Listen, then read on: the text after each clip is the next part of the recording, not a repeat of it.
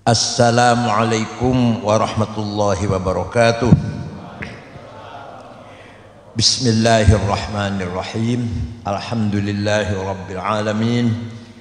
Wassalatu wassalamu ala sayyidina wa maulana wa syafi'ina wa habibina Muhammad afdal anbiya'i wa khatamil mursalin wa ala alihi wa sahbihi wa man tabi'ahu bi ihsan min yaumina hadza ila yaumil ba'tsi wad din.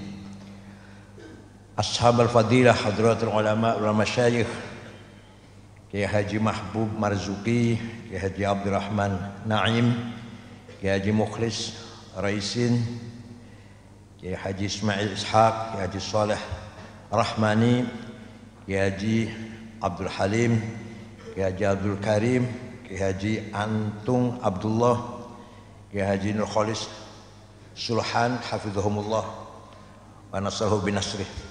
Bapak Lurah Cipete Selatan yang saya hormati, sadati wa sayyidati, anisati, ashabi wa zumala'i, abna'i wa banati, ayyuhal hudur.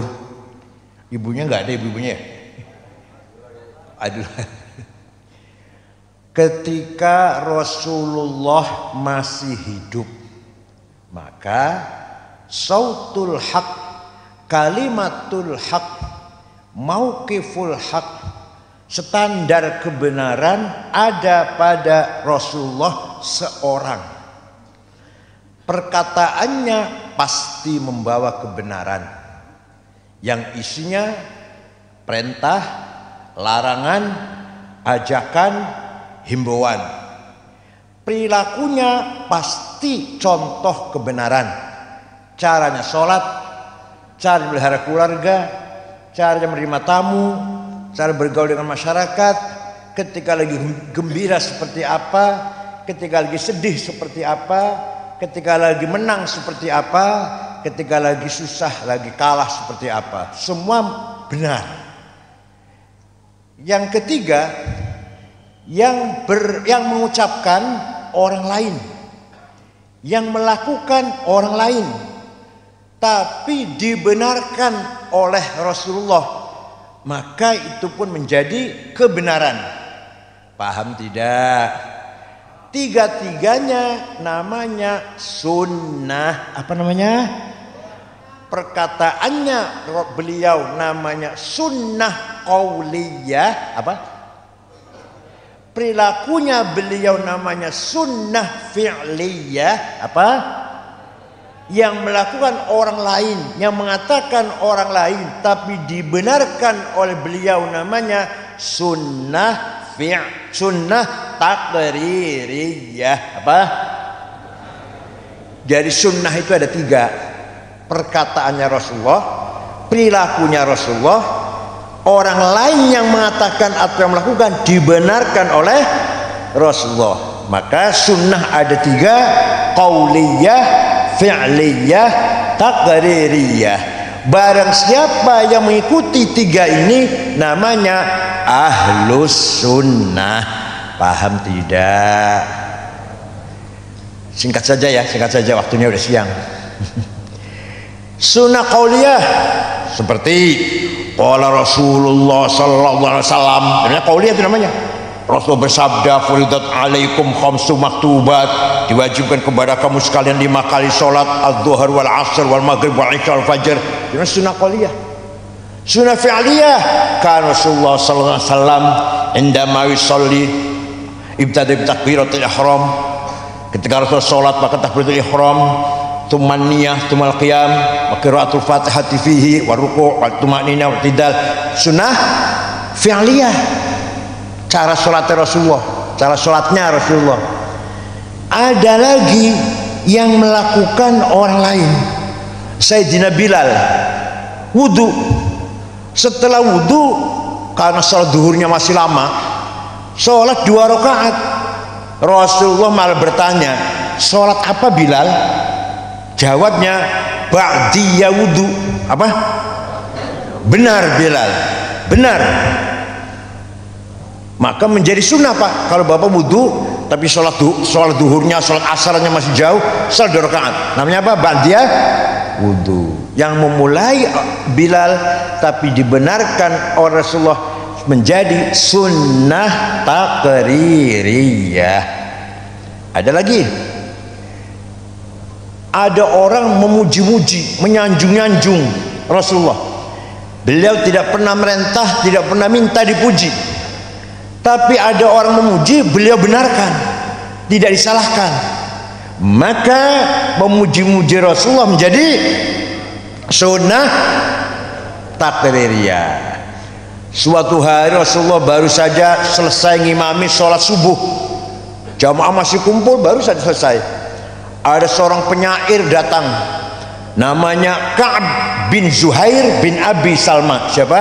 Alah, sulit lah namanya, sulit biasanya. Biasanya Soekardi, Toto biasanya, Solikin. Ka'ab bin Zuhair bin Abi Salma memuji Nabi Muhammad di tengah-tengah jamaah.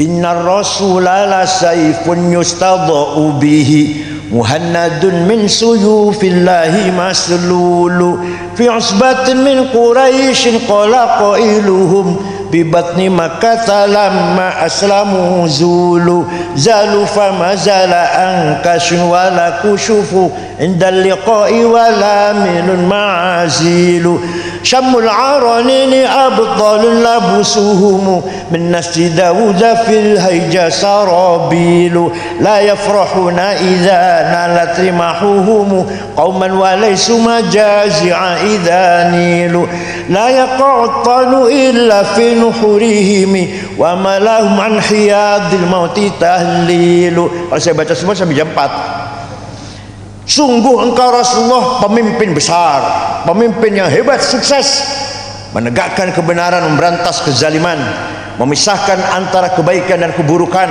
antara hak dan batil. Datang dari suku Quraisy kota Mekah, diikuti oleh para pengikut yang gagah berani, para sahabat yang tidak pernah ada rasa takut di medan perang, tapi berhati mulia, berakhlak mulia. Walhasil Nabi Muhammad dipuji-puji, tidak melarang. Jangan muji-muji saya, bid'ah, enggak tuh, enggak. Jangan muji-muji saya, musyrik, enggak. Bahkan Rasulullah memberi hadiah. Beliau lagi pakai selimut, spray yang lurik-lurik harganya 250.000 lah kan di pasar made in Cina itu loh, yang bergaris-garis, lagi pakai itu. Diberikan, ini saya mendengar pujianmu, senang, ridho, hati saya rela dipuji. Ini kenang-kenangan untuk kamu, kata Rasulullah. Lah, selimut bergaris-garis itu bahasa Arabnya burdah. Apa? Kalau selimut polos bahasa Arabnya batoniyah, muttaqiina ala furushim batoinuha min istabraq. Nanti di surga orang itu selimutnya pakai batoinuha, selimut polos. Kalau selimut garis-garis namanya apa? Burdah. Yang tidak percaya, ayo pergi dengan saya ke Turki, Istanbul, masuk museum Topkapi. Burdahnya Rasulullah yang diberikan kepada Ka'ab bin Zuhair, setelah mendengar puji-pujian masih ada dirawat. Ini fakta sejarah yang tidak bisa diingkari. Bukan dalil masih kalah. Burhan itu namanya apa? Apa burhan itu? Fakta. Kalau dalil ayat Quran, dalil namanya. Hadis, dalil. Kalau fakta apa namanya? Burhan. Nih bukti. Rasulullah memberikan hadiah selimut lurik-lurik bergaris-garis kepada Ka'ab bin Zuhair setelah beliau mendengar pujian dari Ka'ab bin Zuhair. Setelah itu maka setiap ada qasidah syair yang isinya, kontennya memuji-muji Rasulullah disebut qasidatul burdah. Apa? Burdah ada 4 jilid, dikumpulkan oleh Syekh Yusuf An-Nabhani. Tapi yang terkenal di Jakarta, di Indonesia, Jakarta, Betawi, burdah karangan Syekh Abu Sa'id Muhammad Al-Busiri. Entah Bapak apal apa enggak, saya enggak tahu. Suatu ketika Syekh Muhammad Abu Sa'id Al-Busiri, beliau muridnya Syekh Abdul Abbas Al-Mursi. Al-Mursi muridnya Syekh Abil Hasan Asyadili. Asyadili muridnya Syekh Abdul Salam bin Masyish. Abdul Salam bin Masyish muridnya Syekh Shu'aib Abu Maddan Al-Ghawth. Abu Sa'd al-Busiri sakit stroke 1 bulan, gak bisa bangun. Mimpi ketemu Rasulullah. Bapak sering mimpi ketemu Rasulullah? Gak pernah. Sekali gak pernah. Kalau mimpi jumpa pocong, sering ya, sering. Kuntilanak sering ya, kuntilanak. Jumpa Rasulullah, beliau menyampaikan, saya stroke 1 bulan Rasulullah, gak bisa bangun. Saya punya nazar, minta izin akan menggubah syair yang isinya, maksudnya, tujuannya menyanjung-nyanjung dirimu Rasulullah. Ya silakan, silakan, saya izinkan. 1 minggu ngimpi ketemu lagi. Sudah selesai Rasulullah yang saya bikin. Coba baca, saya ingin dengar. Dibaca. Selesai dibaca, fatabassama Rasulullah sallallahu alaihi wasallam. Rasul tersenyum, wa radhi'anhu, senang mendengar pujian, wa masa jasadahu fata'affa sihatan fil bukrah, fata'affa fauran fil bukrah. Rasul mengusap-usap badannya, besoknya sembuh, bisa jalan. Percaya tidak? Percaya silakan, enggak apa-apa, itu bacaan saya itu, saya enggak maksud. Percaya silakan, enggak apa-apa. Percaya tidak bahwa Rasulullah bisa beri syafaat? Gak percaya nggak apa-apa. Yang percaya pasti dapat, yang gak percaya pasti tidak dapat. Yang gak percaya masa dapat. Amin tazakuri jironim bidi salami mazatadam anjaro min muklatim bidami am habbatir rihu min tilqai kadhimatin wa aumadul barqu fi dhulma'i min idami famali aynayka in qul takfu fahamata wa mali qalbika in qul tastafik. Gak ada yang hafal? Pantesan punya anak janda gak laku-laku. Laulal hawa lam turik dab'an ala talali wala arita li dzikr bani wal alami fa kaifa tunkiru hubban ba'da ma syahidat bihi alaika udulud dam'i was saqami. Artinya, amin tadzakkuri jiran bidi salami, kenapa engkau selalu menangis tiada henti-hentinya sampai air matamu bercampur darah? Apakah karena engkau sedang kangen rindu pada perempuan yang ada di dusun di Salam, atau karena engkau sedang teringat suatu hari panas angin bertiup kencang di desa Kadhimah, atau engkau sedang teringat suatu malam gelap gulita berkilat di desa Idham? Kenapa kamu enggak enak makan, gak enak tidur, kurus kering, nangis terus? Pasti kamu lagi mabok cinta. Pasti kami lagi mabok cinta. Jawabnya, na'am sara taifu man ahwafa arraqani wal hubbu ya'taridul ladzati bil alami ya laimi fil hawal udri ma'dziratan minni ilaika walau ansafta lam talumi. Na'am, memang benar, aku lagi tergila-gila mabuk cinta, rindu seseorang sampai rasa rinduku menjadi penyakit. Tapi kalau kalian tahu siapa yang sedang kurindukan, pasti kalian akan memaklumi. Siapa sih yang sedang kamu tangisi, kamu rindukan? Siapa? Yang kutangisi, yang kurindukan adalah Muhammadun sayyidul kaunaini wa taqalaini wal fariqaini min urbin wa min ajami nabiyunal amirun nahi fala ahadu abarra fi qawli la minhu wa la na'ami huwal habibul ladzi likulli hawlim minal. Itu aja apa? Itu aja yang Pak yang hafal. Da'a ilallahi fal mustamsikuna bihi mustamsikuna bihablin ghairi munfasimi faqan nabiyina fi khalqin wa fi khuluqi falam yudanuhu fi ilmin wala karami. Yang sedang kurindukan, yang sedang kutangisi, yang aku tergila-gila yang ketemu adalah Sayyiduna Muhammad sallallahu alaihi wasallam, Sayyidul Arabi wal Ajam, Sayyidul Insi wal Jin, Sayyidul Alamil Mulki wa Alamil Malakut, Sayyidul Dunya wal Akhirah. Dialah Nabi kita yang kuharapkan syafaatnya ketika kita menghadapi kesulitan, problem besar. Maka hanya Rasulullah yang bisa menolong, memberi syafaat kepada kita semuanya. Dialah Muhammad bin Abdullah bin Abdul Muttalib bin Hashim bin Abdul Manaf bin Qusay bin Kilab bin Murrah bin Ka'ab bin Lu'ay bin Ghalib bin Fihr bin Malik bin Nadar bin Kinanah bin Huzaimah bin Mudrikah bin Ilyas bin Mudhar bin Nizar bin Ma'ad bin Adnan. Gapal bin Ad bin Udad bin Hamaisa bin Salaman bin Banat bin Haml bin Qidra bin Ismail bin Ibrahim bin Azar bin Tarah bin Nahur bin Syaruh bin Arhu bin Falil bin Abir bin Arfakhshad bin Sam bin Nuh bin Lamak bin Matusalih bin Akhnuh bin Hormuz bin Idris bin Mihlayil bin Khinan bin Anush bin Syith bin Adam alaihissalam. Jadi leluhurnya Nabi Muhammad jelas atau tidak? Leluhurnya Bapak jelas nggak? Jelas nggak? Coba sebutkan 10. Leluhurnya kita jelas nggak? Ayo, kakek kita siapa? Kakeknya lagi siapa? Bapaknya kakek, kakeknya kakek siapa? Tahu nggak? Nggak tahu. Nggak jelas berarti ini. Entah turunan mana ini kita ini. Nggak jelas.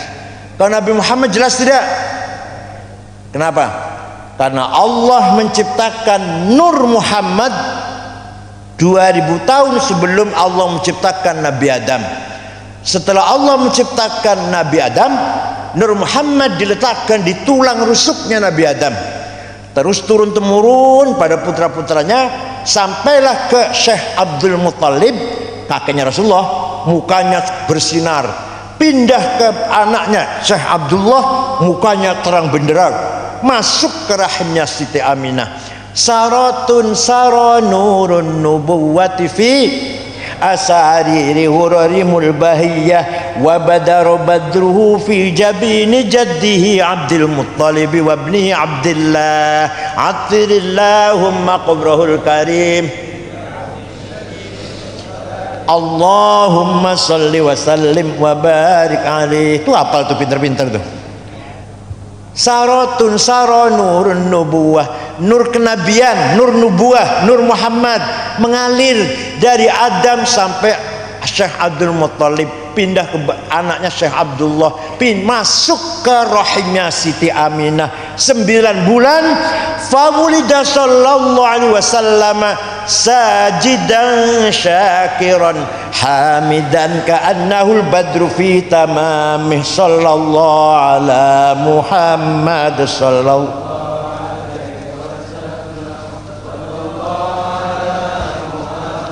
Ya Rabbi salli wa sallim. Nabi dilahirkan sujud. Nabi lahir sujud. Tak ada nggak bayi di Cipete yang lahir sujud. Nabi dilahirkan sujud dan bagaikan bulan purnama, ka'annal badru fi tamami, bulan sempurna malam tanggal 15 tuh. Dah Abu Lahab dari kejauhan melihat rumahnya Aminah terang benderang. Ada apa ini? Belum ada listrik kan?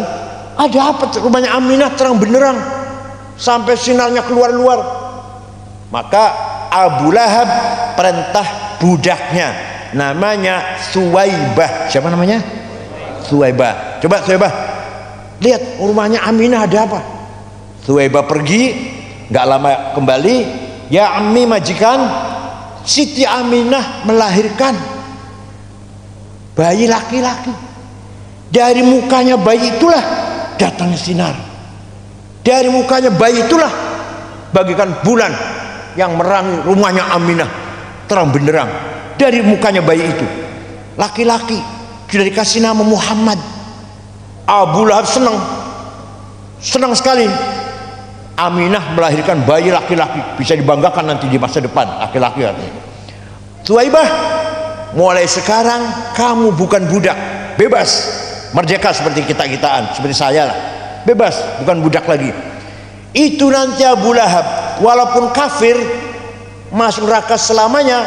Setiap hari Senin diangkat di neraka, Selasa masukkan lagi, Selasa, Rabu, Kamis, Jumat, Sabtu, Ahad, Senin keluarkan lagi, Selasa masuk lagi, selama-lamanya. Idza kana hadza kafiran ja'a dhammuhu bitabbat yadahu fil jahimi mukhallada ata annahu fi yaumil itsnaini daiman yukhaffafu anhu lis-sururi bi ahmada fama dhannu bil 'abdil ladzi kana umruhu li ahmada masruran wa mata muwahhida. Idza kana hadza kafiran ja'a dhammu bitabbat yadah fil jahimi mukhallada. Abu Lahab sudah dinas dalam Al-Quran surat Tabbat yada Abi Lahab wa tab, pasti masuk neraka selama-lamanya. Tapi ata annahu fi yaumil itsnaini daiman, setiap hari Senin selamanya, setiap hari Senin selama-lamanya.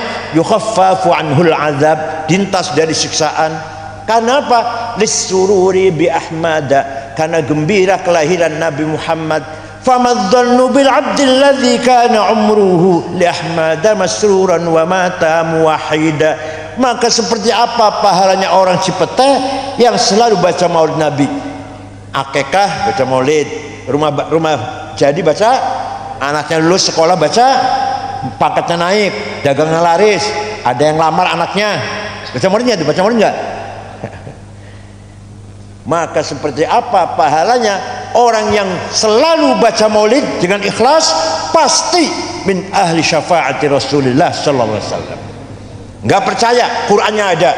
Walau annahum idzalamu anfusahum ja'uka fastaghfirullaha wastaghfara lahumur rasul lawajadullaha tawwabar rahima.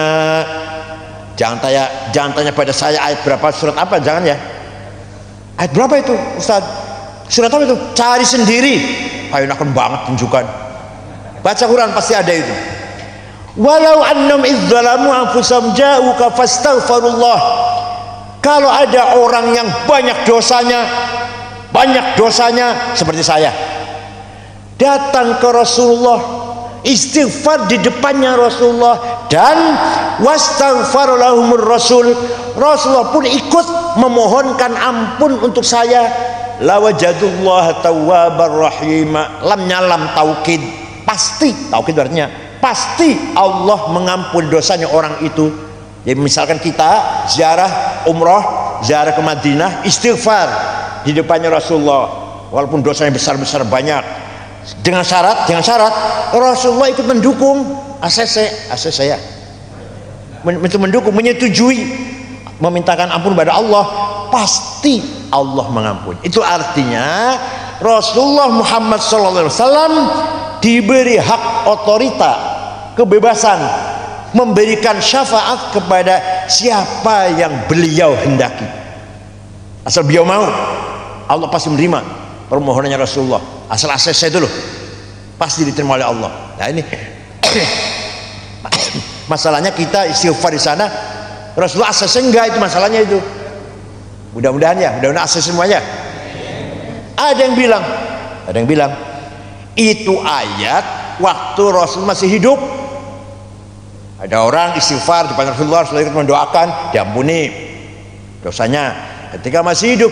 Sekarang sudah mati, nggak mungkin bisa nolong orang hidup. Ayat Quran, innallaha malaikatahu yusholluna 'alan nabiy ya ayyuhalladzina amanu shallu 'alaihi wa sallimu taslima.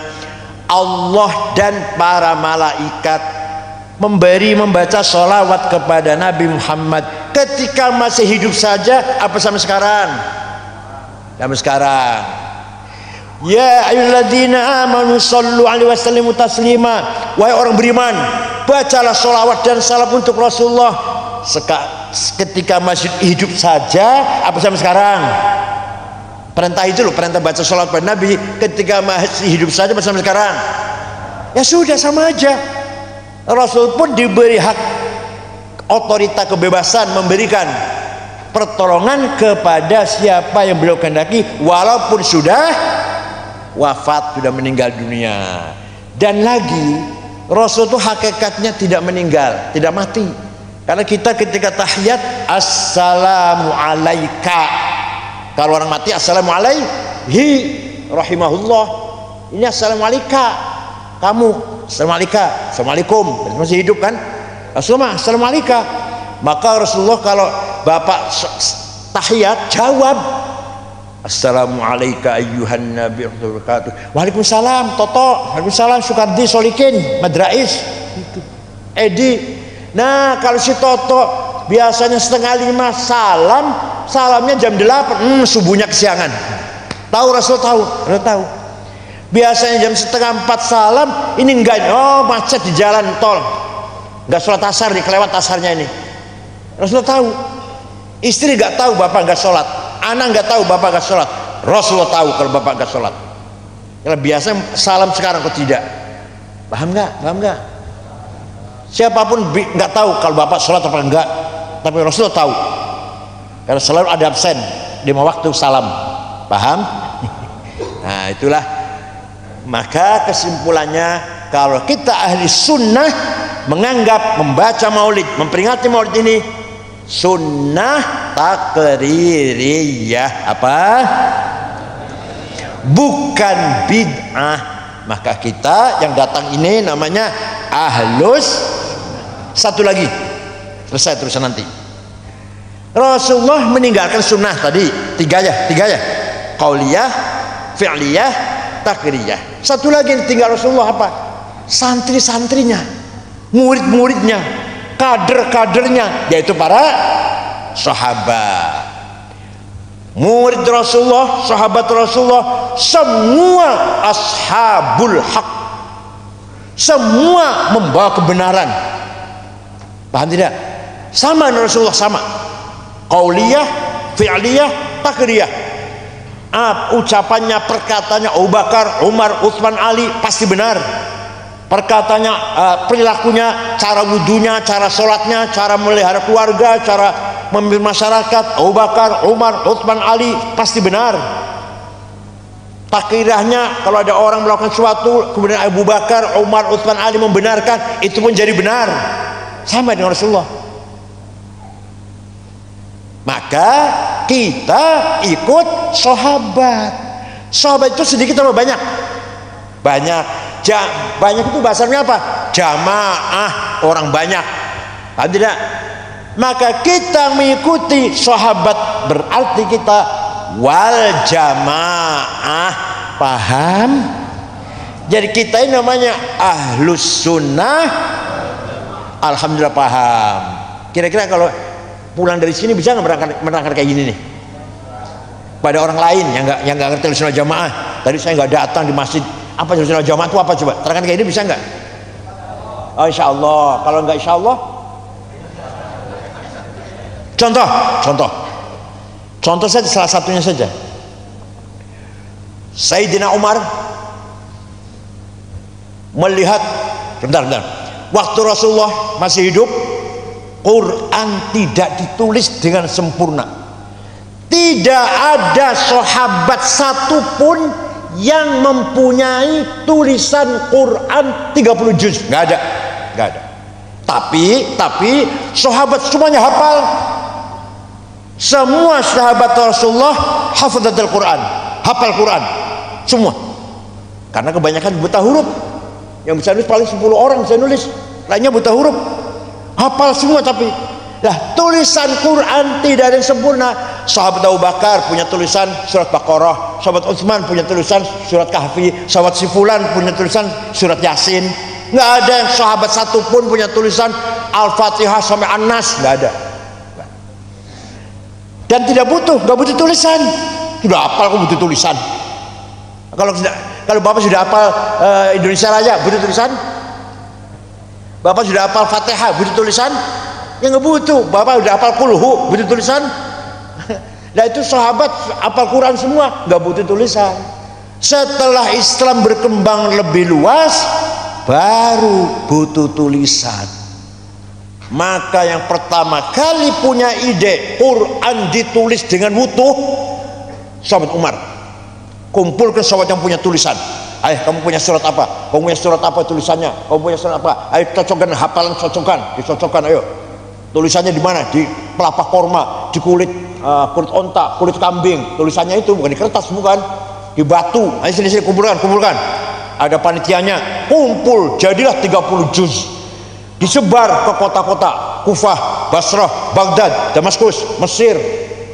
Di tulisan cetak bikinan Madinah tuh, bikinan Sayyidina Umar. Lama-lama terjadi perbedaan, bacaan yang berbedaan. Orang Kufah beda orang Baghdad, orang Baghdad bacanya beda dengan orang Syria. Maka ketika Khalifah Utsman bin Affan, Quran semua dikumpulkan dari kota-kota, tarik lagi, ditulis ulang. Tim penulis pemimpinnya namanya Zaid bin Thabit, anggotanya Ubay bin Ka'ab, Ibnu Mas'ud, Sayyidina Ali, Muawiyah bin Abi Sufyan. Itu tim penulis. Ditulis sempurna, dikoreksi benar, yang lain bakar. Mushaf yang dari kota-kota lain bakar, satu saja yang resmi dari Madinah. Makanya Quran yang sampai sekarang ada di kita ini, ada di kitab namanya Mushaf Utsmani. Apa? Pernah baca nggak di Quran? Ada di Quran terus Mushaf Utsmani, ada kan? Gak pernah baca Quran ya? Gak pernah ya? Gak pernah pegang Quran? Gak pernah? Coba lihat Quran, nanti ada tulisan Mushaf Utsmani. Ini artinya mushaf resmi yang diresmikan oleh Sayyidina Utsman. Nah, pertanyaannya, Nabi Muhammad tidak menyuruh nulis Quran. Sayyidina Umar kok nulis, Sayyidina Utsman malah lebih resmi lagi. Ayo, sunnah apa bid'ah? Yang tegas lah, jangan ragu-ragu jawabnya tuh. Sunnah apa bid'ah? Begitu yang tegas dong. Kalau menganggap maulid Nabi bid'ah, tulisan Quran juga bid'ah. Nabi Muhammad nggak pernah perintah tulis Quran. Zaman Nabi Muhammad tidak ditulis dengan sempurna, enggak. Paham tidak? Karena kita ikut Sayyidina Umar, ikut Utsman, mereka membawa kebenaran. Paham tidak? Sama dengan Nabi Muhammad memberi contoh kebenaran namanya sunnah. Nah, kita ikut sahabat namanya wal jamaah. Satu lagi, biar paham, satu lagi contohnya. Ketika Nabi Muhammad masih hidup, sholat taraweh berjamaah 8 rakaat. 8 yang imami Rasulullah. Kalau sudah selesai 8, Rasulullah masuk kamar. Ya, rumahnya kan kamar itu rumahnya. Beliau meneruskan entah berapa rakaat entah. Kenapa Rasulullah 8 terus masuk ke kamar? Khawatir kalau taraweh diwajibkan, difardukan. Kalau sampai tarawih diwajibkan, nanti berapa 100 rakaat kasih orang Cipete, gak kuat. Seandainya diwajibkan cukup 8, masih ringan lah, orang Cipete masih bisa lah. 8 seandainya diwajibkan. Rasul masuk kamar nambahin sholat, sahabat pun melihat Rasul nambahin itu, maka ada terus sholat sahabat sampai 100, ada yang 50, ada yang 1000 rakaat sahabat sholat tarawih itu. Ada yang pulang sudah 8 pulang. Sampai Sayyidina Abu Bakar seperti itu. Sayyidina Umar jadi khalifah, memutuskan atas nama khalifah pemerintah resmi tarawih 20 berjamaah. Mau nambahin silahkan, tapi yang berjamaah 20. Sunnah apa bid'ah? Karena sahabat Umar membawa kebenaran, maka kita namanya ahlus sunnah wal jamaah. Mudah-mudahan paham apa yang saya terangkan, itu sajalah yang paling penting. Jadi ngadain maulid Nabi sunnah apa bid'ah? Tawassul minta tolong pada Nabi Muhammad sunnah apa bid'ah? Apa tadi? Yang terakhir apa? Salat tarawih 20 rakaat sunnah apa bid'ah? Quran Mushaf Utsmani, ini Mushaf Utsmani bukan Mushaf Muhammadi, bukan. Mushaf dicetak oleh Sayyidina Utsman, diresmikan oleh Sayyidina Utsman, bukan zaman Nabi Muhammad, bukan. Tuh, sunnah apa bid'ah itu Quran tuh. Ya Allah. Itulah ahli sunnah wal jamaah. Satu lagi tambahinnya, ahli sunnah jamaah mementingkan spiritual, huwallazi ba'atha fil ummiyina rasulan minhum yatlu alaihim ayatihi wa yuzakkihim wa yu'allimuhumul kitaba wal hikmah wa in kanu min qablu lafi dhalalin mubin. Al-Sunnah wal Jamaah membawa Quran, mengajarkan Quran, membawa tazkiyatun nafs, akhlakul karimah, membawa ilmu, wa yu'allimul kitab, terakhir mengajarkan hikmah, wisdom, nur dalam hati orang. Contoh Gus Dur.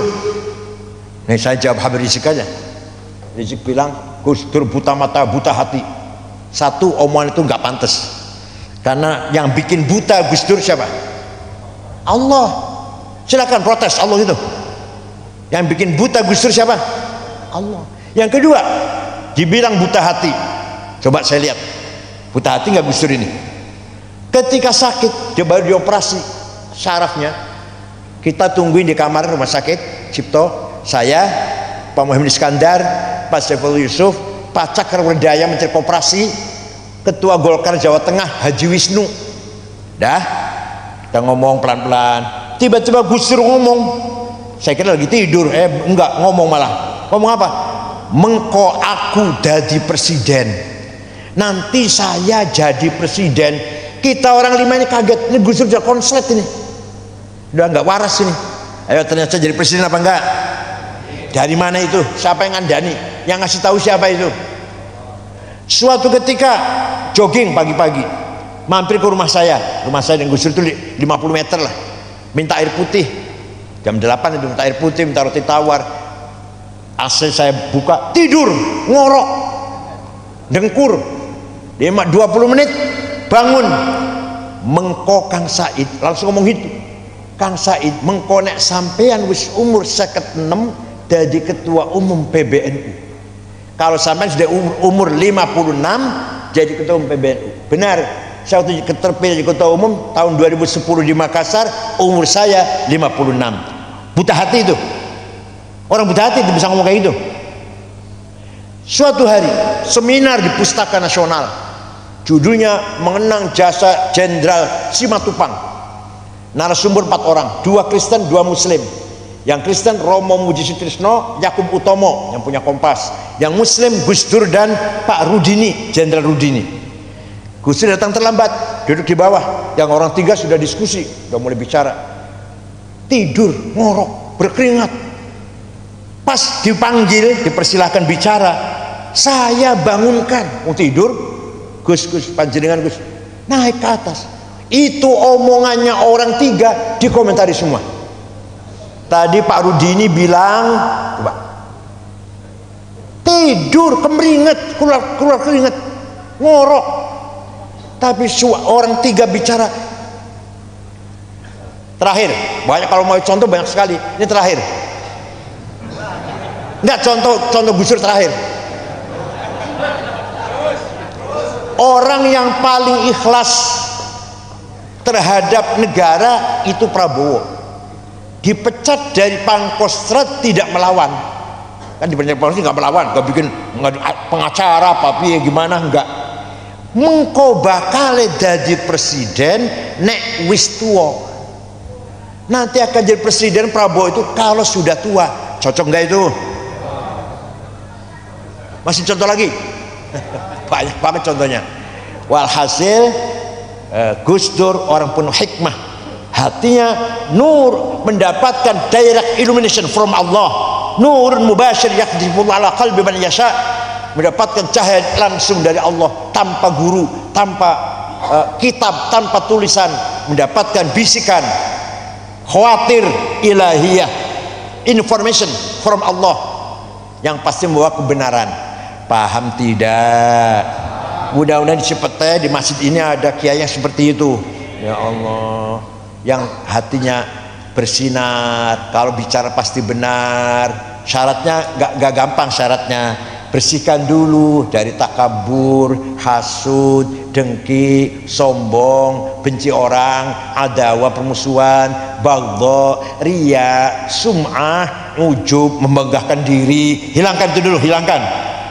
Terus sudah hilang itu semua, dimasuki dengan zuhud, warok, tawakal, sabar, ridho, syukur, mahab. Sudah siap? Siap belum? Ya Allah, mudah-mudahan apa yang saya sampaikan ada manfaatnya. Syukron wa dumtum fil khairil barakati wan najah. Kalau kurang undang lagi, kalau kurang. Bukan masalah amplop, bukan. Kalau kurang undang lagi, kalau sudah cukup ya sudah. Itu ringkas sekali cerita tentang ahli sunnah wal jamaah. Kalau mau luas, apa itu madhab Syafi'i, apa itu madhab Asy'ari, saya bisa terangkan. Apa itu madhab Ghazali Al-Junaidi, apa kelebihannya.